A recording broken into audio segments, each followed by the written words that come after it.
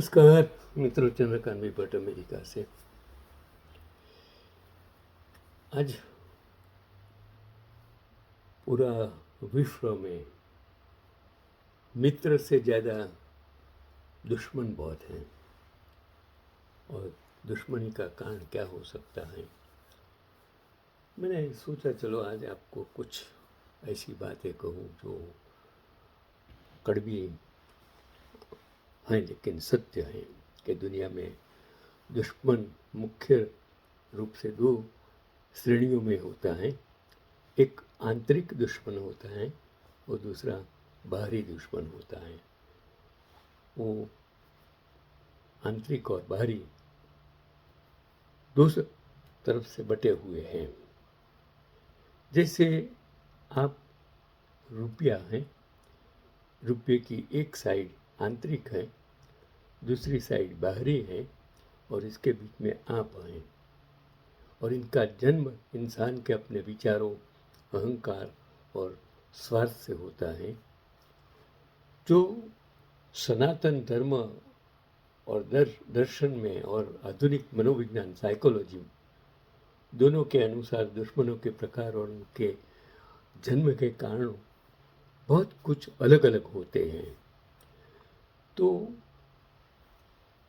शत्रुओं को मुख्य रूप से दो भागों में समझ सकते हैं आप कि आपका शत्रु कौन हो सकता है। मैं आज सिर्फ और सिर्फ दुश्मन या शत्रु की बात करता हूँ, द एनिमीज। जो आंतरिक शत्रु हैं वो कौन है? मन के अंदर के दुश्मन हैं। और जो मेरे हिंदू दर्शन, हिंदू शास्त्र या तो धार्मिक शास्त्रों के अनुसार षडरिपु 6 शत्रु होते हैं।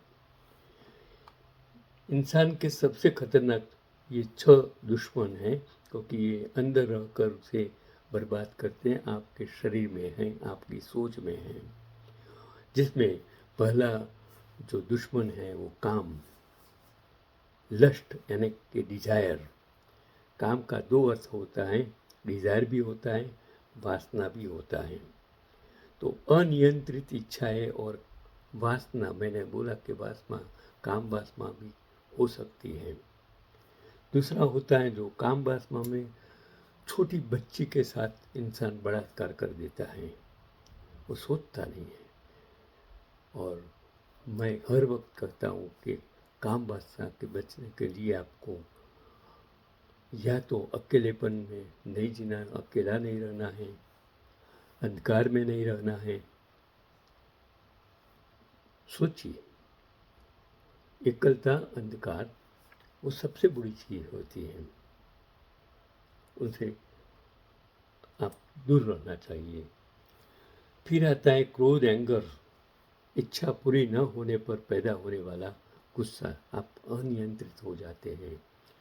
लोभ मतलब ग्रिड, वो सब कुछ पा लेने का लालच होती है। जो आज सत्ता में बैठे लोग, एमपी एमएलए आज बिकाऊ हो गए, खरीद सकते हैं। एक खरीदता है, दूसरा बिकाऊ हो जाता है। और बेचने वाले और खरीदने वाले दोनों हैं, सभी जगह हैं। मोह मीन्स अटैचमेंट, किसी व्यक्ति या वस्तु से आपका अंधा लगाव हो जाता है, तब आपके दुश्मन ये सबसे बड़ी मोह है। फिर मद, ईगो, प्राइड, मैं ही सर्वश्रेष्ठ हूँ, जो अहंकार, मुझे सब कुछ ज्ञान है, और आप किसी की सुनते नहीं है। वो मद आपको, वो ईगो जब हर्ट हो जाता है तो आप नुकसान कर देते हैं। मार्स यानी कि जेलसी, ईर्ष्या, दूसरों की तरक्की देखकर जलना या ईर्ष्या करना, वो भी। वो मैंने जो बात कही कि जो काम, क्रोध, लोभ, मद, मोह और ईर्ष्या, ये सबसे बड़ा दुर्गुण आपके शरीर के अंदर होता है।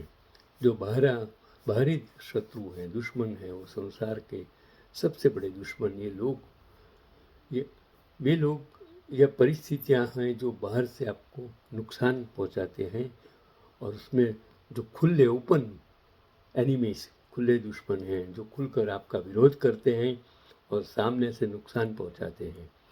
वो सामने आकर दुश्मनी निभाते हैं।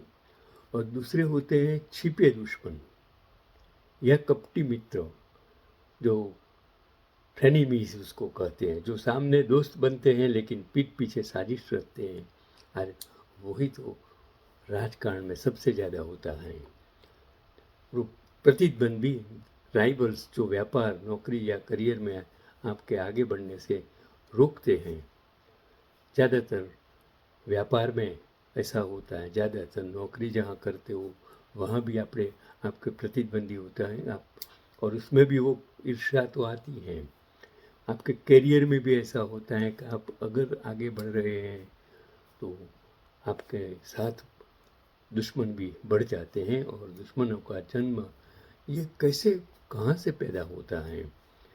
तो दुश्मनों का जन्म किसी कारखाने में नहीं बनता, किसी फैक्ट्री में नहीं बनता है, कोई मैन्युफैक्चरिंग कंपनी नहीं है, लेकिन परिस्थितियों और मानवीय कमियों में से वो दुश्मन पैदा होते हैं।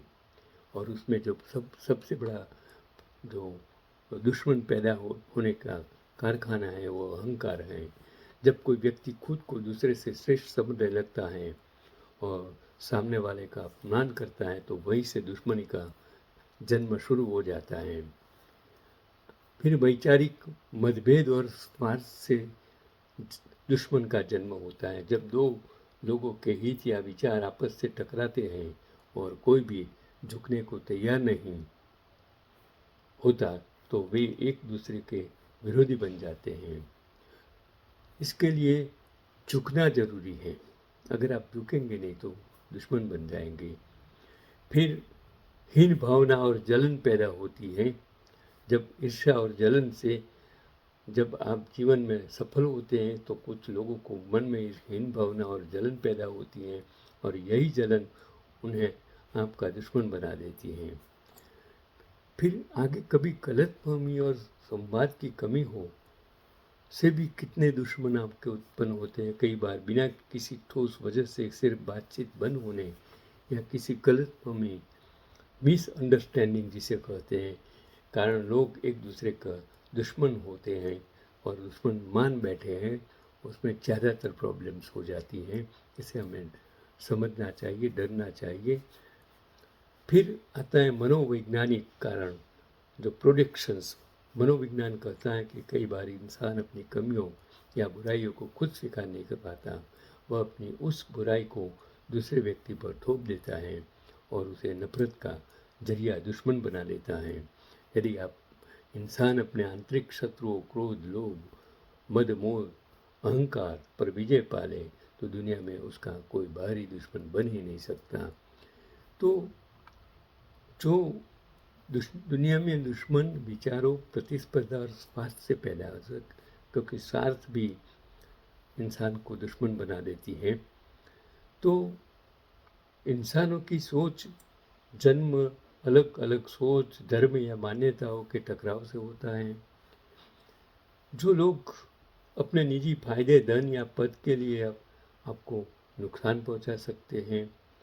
कभी आप कार्य क्षेत्र या व्यापार में आगे निकलने की होड़ से उसका जन्म हो सकता है दुश्मनी का। ईर्ष्या, जलन और अहंकार के कारण ये अकारण ही नुकसान पहुंचाने की कोशिश करते हैं।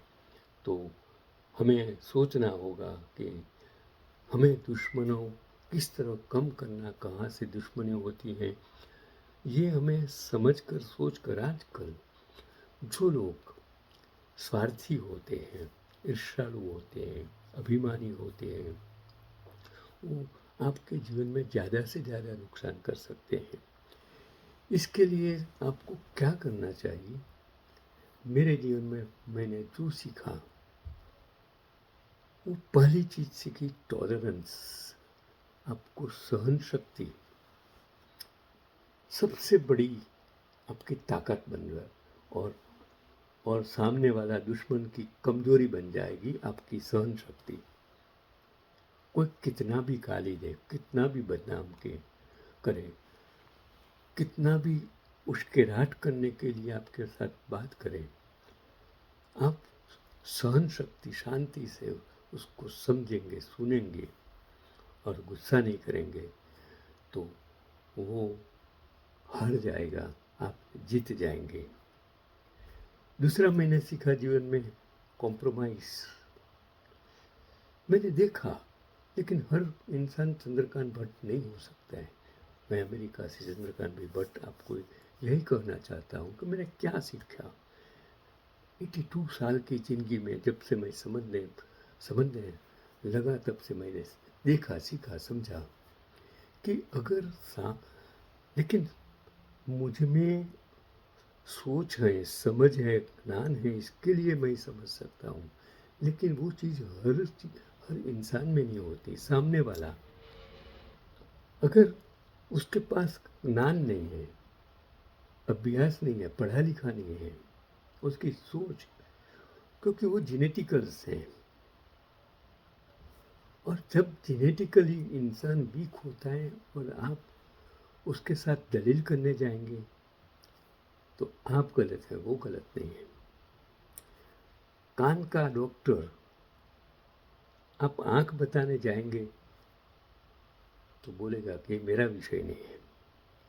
जनरल फिजिशियंस को आप बोलेंगे मुझे ऑपरेशन कराना है, वो ऑपरेशन नहीं करेगा, वो मेडिसिन ही लिखेगा।